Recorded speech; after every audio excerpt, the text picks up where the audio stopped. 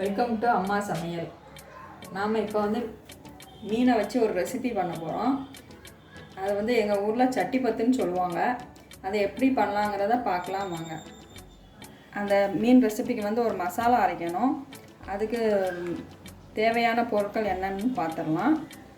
ஒரு கைப்பிடி சின்ன வெங்காயம் எடுத்து வச்சுருக்கேன். ஒரு ஸ்பூன் நல்ல மிளகு, ஒரு முடியில் அரை முடி தேங்காய், 2 டேபிள் ஸ்பூன் தனியாத்தூள், 1 டேபிள் ஸ்பூன் மிளகாய்த்தூள், 1 டீஸ்பூன் மஞ்சத்தூள்.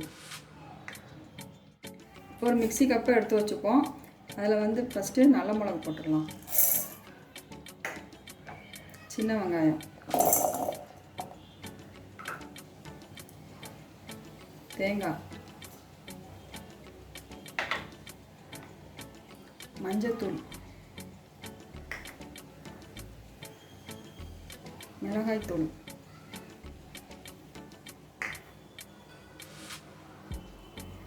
தனியாத்தூள். இப்போ நம்ம இதை அரைச்சி எடுத்து வந்துடலாம். நம்ம மிக்ஸி கப்பில் அரைச்சி பேஸ்டாக்கி எடுத்துகிட்டு வந்தாச்சு. இப்போ ஒரு மீன் சட்டி அடுப்பில் வச்சுருக்கேன். அதில் இந்த பேஸ்ட்டை ஊற்றிடலாம். மிக்ஸியில் இருந்த தண்ணியை எடுத்து இதில் ஊற்றிடலாம்.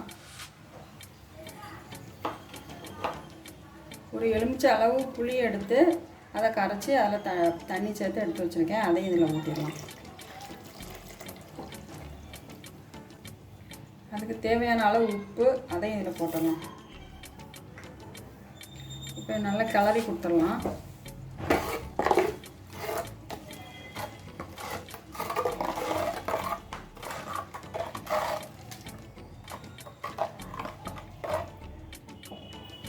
நல்லா கிளறியாச்சு. இப்போ அடுப்பை பற்ற வச்சுக்கணும்.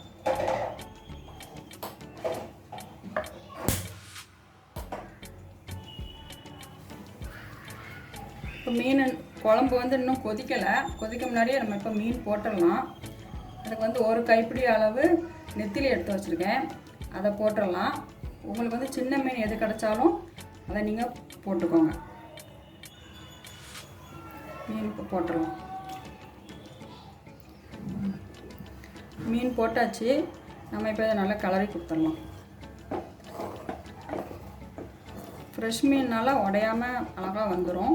அதனால தான் நான் கொதிக்க முன்னாடியே போட்டுட்டேன். இதை நல்லா கொதிக்கணும். அதனால் ஒரு மூடி வச்சு நம்ம மூடி வச்சுக்கலாம். இப்போ மீனை நல்லா கொதித்து நல்லா வற்றி வந்தாச்சு. பாருங்கள், நல்லா கொதித்து நல்லா வற்றியாச்சு. ஆனால் மீன் எதுவும் உடையலை. நல்லா அழகாக இருக்குது.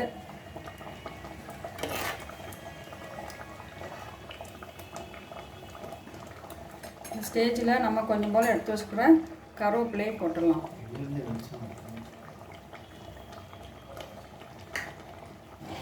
கருவேப்பிலையை போட்டுட்டு தேங்காய் எண்ணெய் கொஞ்சமாக ஊற்றணும்.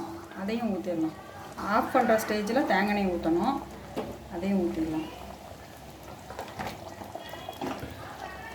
இதை நம்ம இப்படி நல்ல ஒரு சுற்றி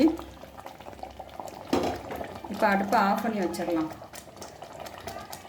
அடுப்பெல்லாம் ஆஃப் பண்ணி வச்சு நம்ம இப்போ அதை மூடி வச்சிடலாம். ஒரு அரை மணிக்கூர் கழிஞ்சு எடுத்து சாப்பிட்டோன்னா ரொம்ப நல்லாயிருக்கும். இந்த ரெசிப்பியை உங்கள் வீட்டில் செஞ்சு பார்த்துட்டு எப்படி இருந்துச்சுன்றதை கமெண்ட்டில் சொல்லுங்கள். அதுக்கு முன்னாடி இந்த வீடியோ பார்த்து உங்களுக்கு பிடிச்சிருந்தா லைக் பண்ணுங்கள், ஷேர் பண்ணுங்கள், கமெண்ட் பண்ணுங்கள். மறக்காமல் சப்ஸ்கிரைப் பண்ணி பெல் ஐக்கானையும் கிளிக் பண்ணுங்கள். தேங்க்ஸ் ஃபார் வாட்சிங்.